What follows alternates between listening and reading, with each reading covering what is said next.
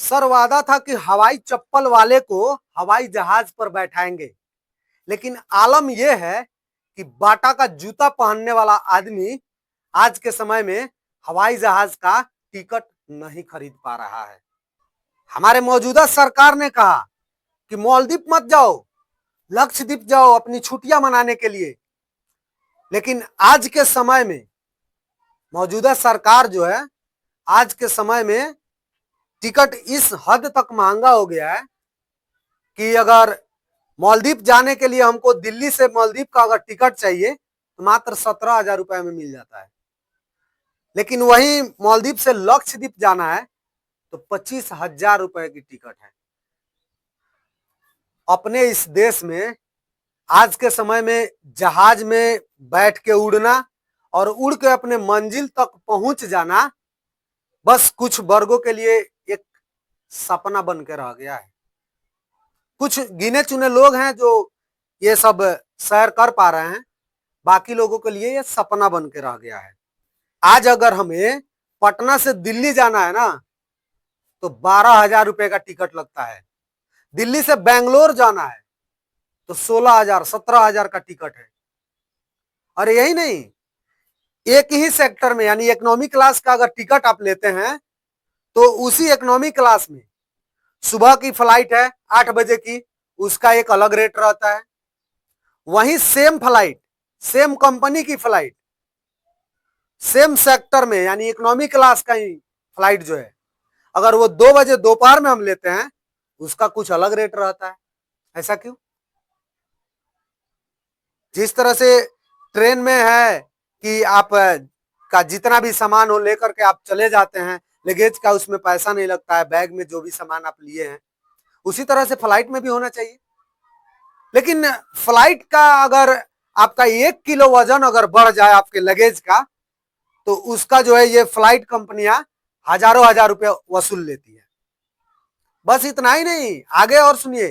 कहने का मतलब है कि जो व्यक्ति एयरपोर्ट में जाता है ना, एयरपोर्ट में जो व्यक्ति जाता है तो वहां पे कुछ खरीद कर खाने से भी डरता है। जानते हैं क्यों? क्योंकि जो पानी की बोतल मतलब बाजार में 20 रुपए में मिल जाता है, वहीं सेम पानी का बोतल एयरपोर्ट के अंदर 100-100 रुपए में मिलते हैं। एक कप अगर आपको चाय लेना है, कॉफी लेना है तो 250-300 रुपए की कॉफी हो जाएगी आपकी। एक समोसा लेना है तो 350 रुपए आपको देना होगा। तो कैसे मतलब उड़े आम नागरिक देश का एक कैसे मतलब हो जाएगा? उड़े देश का आम नागरिक उड़ान आपने कैसे ये संस्था आप ला दिए? कैसे ये मतलब आपने कह दिया कि देश के जो है हवाई चप्पल पहनने वाले को हम हवाई जहाज पे घुमा देंगे? यहाँ अपने देश से अपने देश में जाने के लिए लोगों के पास उतना किराया नहीं है। हमारे बिहार में इस हद तक बेरोजगारी बढ़ा हुआ है। चलिए छोड़िए, बेरोजगारी का रोना नहीं रोते हैं, लेकिन कम से कम कोई फैक्ट्री तो डाल दीजिए। वहां पे हमें पता है कि हमें क्या रोजगार करना है, कौन से रोजगार पे हम काम करेंगे। पहले तो मतलब मान के चलिए इधर से उधर, उधर से इधर सरकार हो रही थी, लेकिन अभी के समय में आपका डबल इंजन का सरकार है ना, गठबंधन का सरकार तो है, बीजेपी के ही गठबंधन में सरकार चल रहा है। अब तो कुछ करिए।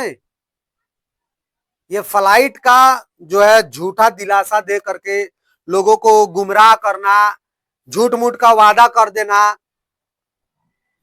अब आप लोग बात एक बताइए, जो लोग इस वीडियो को देख रहे हैं उनसे मैं ये बात कह रहा हूं कि जो नेता लोग होते हैं, जो सांसद होते हैं, विधायक होते हैं, इन लोगों को फ्लाइट से जाने के लिए टिकट स्पेशल मिल जाता है।